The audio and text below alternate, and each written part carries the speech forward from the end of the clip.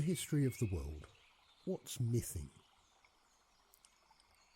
Before we start, here is a health warning.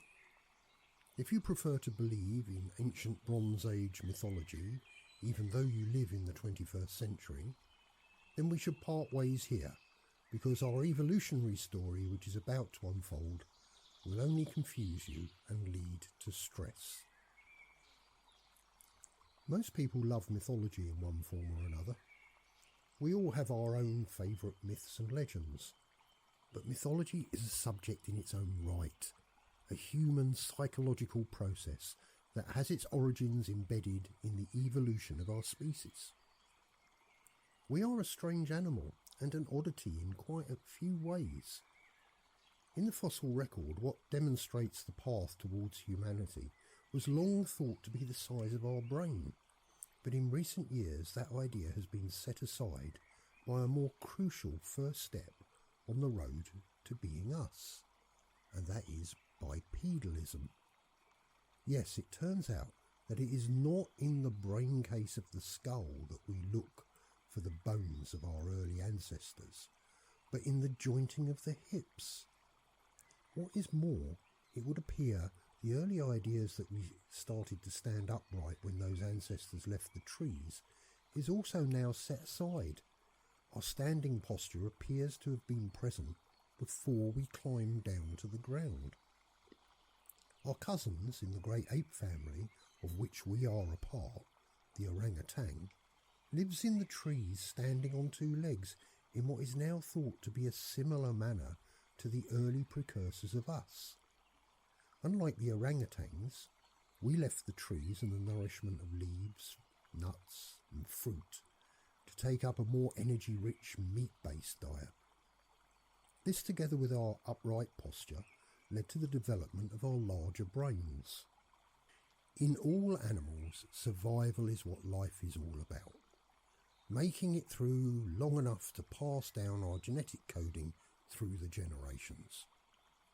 One of the features which definitely separates us from the majority of the animal kingdom is how we chose to develop our cognitive process as the key component of a survival strategy. There are other animals with demonstrable self-awareness, but as far as we know, there's no other animal which has developed that facility of mind with the astonishing depths and capabilities we now possess. The way we think has seen the animal Homo spread around the world and live in all environments from ice tundra to desert. Our abilities of the mind are so extraordinary that we can even survive in space, an environment which means instant death to any other animal from Earth. In this ability to conquer environmental challenges lies one of our other differences to other animal forms. They adapt their bodies to the needs of the environment, whereas we adapt our environment to the needs of our bodies. There is no finer example to this than taking a survivable environment out into airless space. But where we are cold, we do not grow fur, but take the fur of others. Where we are hot, we construct shaded shelter. Where we can't see, we create light.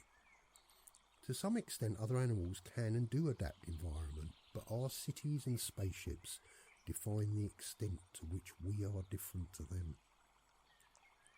All of this cannot happen without the development of our minds, the reliance on our ability to think our way past barriers and our capacity to imagine solutions to problems. Crows can create complex four-part tools. Gorillas can build bedding platforms, and chimpanzees have complex social structures with language, but only humans are capable of conceptual art. Our imaginations are the most powerful survival tool yet devised on planet Earth, but it is an evolutionary strategy which comes with a heavy price. To be this imaginative, we have to be self-conscious to and beyond the extent that we realise our own mortality in an immediately profound way.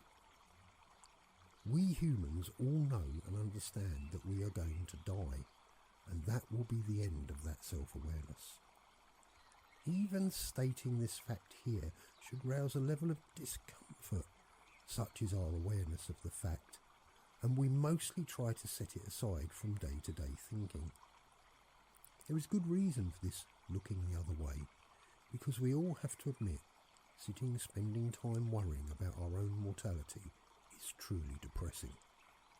As we all know, depression is what we call in our Western medical mythology a form of mental illness.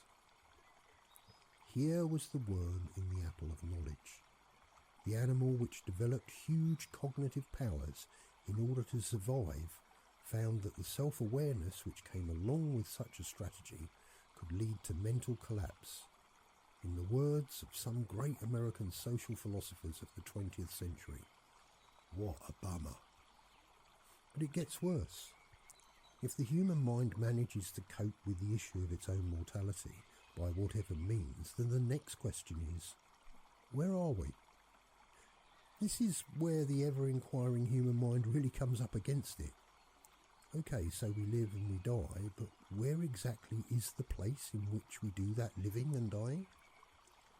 At the moment, in the 2020, the mythology of science is very busy developing all sorts of ideas on where we actually are, and, in keeping with the rules which govern all mythologies, yes, there are rules, and yes, we will get to them in these podcasts, they are drawing on the metaphors of the times, and some are starting to say, this place is all virtual reality. However, that doesn't tell you where we are, it just tells you what we are in. And it all starts getting very complicated after that. When the flourishing self-awareness can't say where it actually exists and knows its self-awareness will disappear in death, then you have a recipe for psychosis, the complete collapse of the functional ability of the brain to sustain and support consciousness, severe mental derangement resulting in delusions and loss of contact with external reality. Don't worry though, because those smart and clever little creatures Homo worked out a creative solution to that problem. One of the facilities their development of mind as a survival strategy had given them was imagination. When it got cold, they built a fire. Where you can't breathe, they took air. Where they had unanswerable questions which could undermine the whole structure of their being, they mythologized. There is no answer? Hey, let's just make one up. These early Homos didn't just guarantee the continuing survival of the brain strategy, but they laid the foundation for advertising and marketing. We don't get everything right. Where the answers are missing, then start mything. Create stories which explain what life is all about, utilising that huge capacity for imagination. Create a metaphorical solution to any insurmountable physical problem. We may have started out as creatures developing the cognitive thinking process, and we may have believed in the past that it was the brain size rather than upright walking which started us off. But what really made us who we are was when we started to create mythologies. And the evidence is that human beings have been doing that for a very long time. There are two final points to consider before I bring this section to a close. The first being that you will have noticed that I have kept using the word Homo rather than human being or Homo sapiens. The reason for this is that up until recently, we were not the only species of Homo on the planet.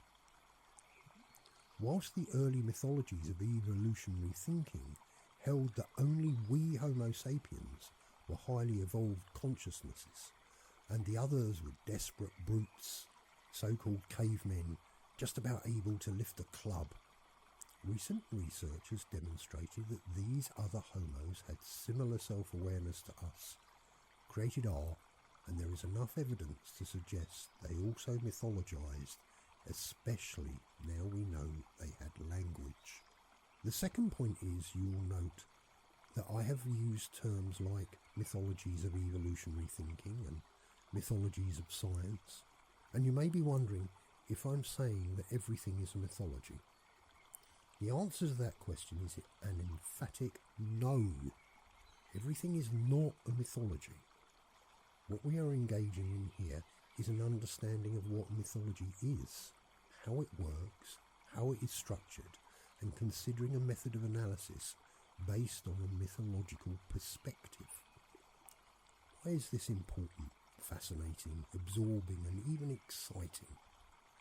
Well, because if we cannot tell the difference between mythology and history, if we are confused by the distinctions between science and mythology, then we could be on the road to psychosis. One good look around you at the world today may suggest to you that there are a lot of people about who cannot tell the difference between mythology and reality. And the big question is, do you really want to be like them? Welcome to Mythology's podcast, a place where the expansion of imagination and perception is never limited by mythology, but enhanced by its understanding.